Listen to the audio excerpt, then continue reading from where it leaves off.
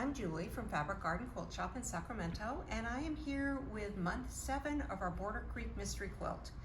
But before I jump into month 7, I want to back up to month 5 because I think we skipped over this when I was doing month 5.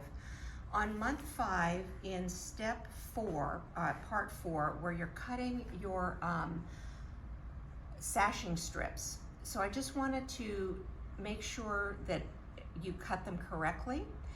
You're going to cut a piece of fabric that is 15.5 inches this way, and so your salvages are up here. Once you have cut that, please make sure that you turn your fabric this way, cut off your salvages, and then you're going to cut your 2-inch strips going in this direction. And then for the twin size, you need to cut one 15.5-inch strip, and for the queen size, you need to cut 2 of them. So that's it for month 5, and now we can move on to month 7. So once you have all your sashing strips cut, and last month you should have put all your blocks together, this month you get to put your quilt together, and I do have it here on the table. So what you will be doing is you're going to piece your row together with a sashing strip in between. And what I did when I put these together was I found the center of my block and the center of my sashing strip, pinned it here, pinned both ends, and then made sure that it fit. And so it's just an extra step, but that way you make sure that you're not off.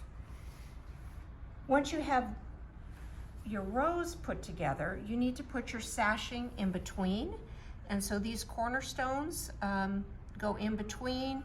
And again, I would pin these, and then you can ease in the centers and do that all the way down. Once you have those done, you will end up with a quilt that's like this. And then it's time to put your inner border on, which is this piece right here. I don't know if you can see that right there. So this is right now is just my side border, one of my side borders. These are your strips that you have cut. For your side borders, you need to cut 9, for the queen size, you're going to cut 9 strips that are 4 inches wide.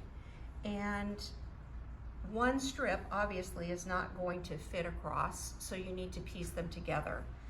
The pattern just says to piece them.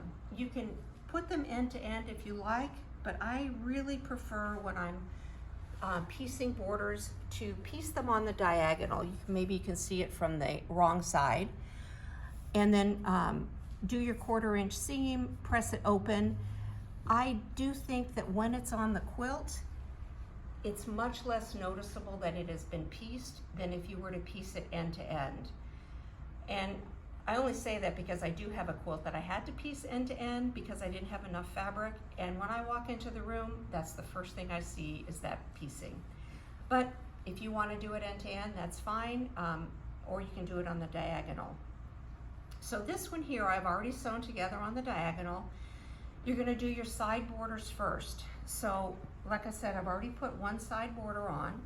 So in order to make sure that you don't end up with a wavy quilt, measure your quilt through the center, not on the sides. If you have perfectly accurate piecing on every single block, then maybe you don't need to do that.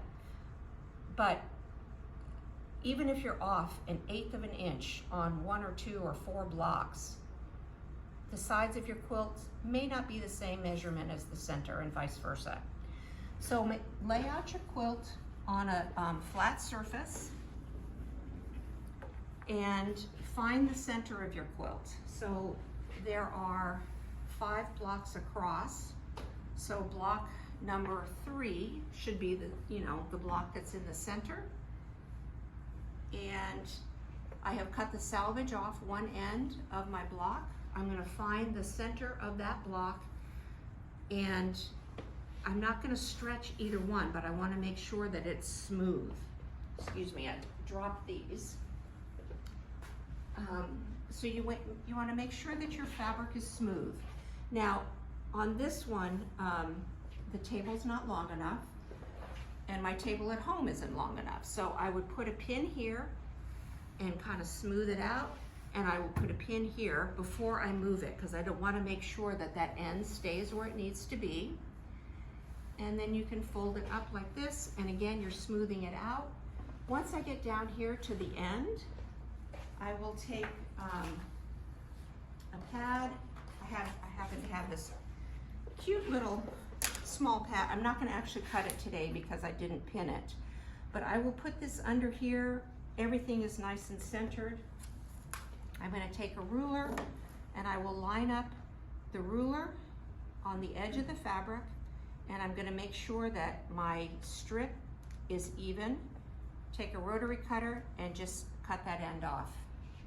Once that is done, then I will attach the sides, attach the borders.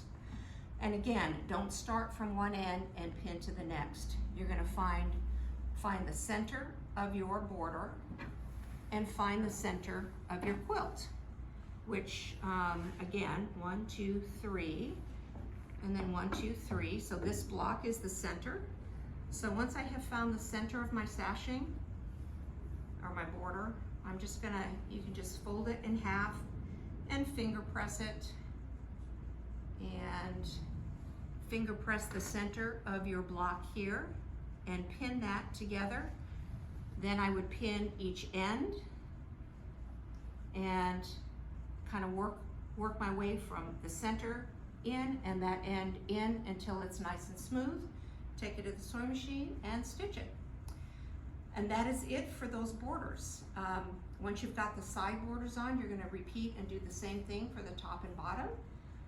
And once that's done, you're ready. Next month is the last month we have, and then you'll have a completed quilt. So thank you very much. I'll see you next month.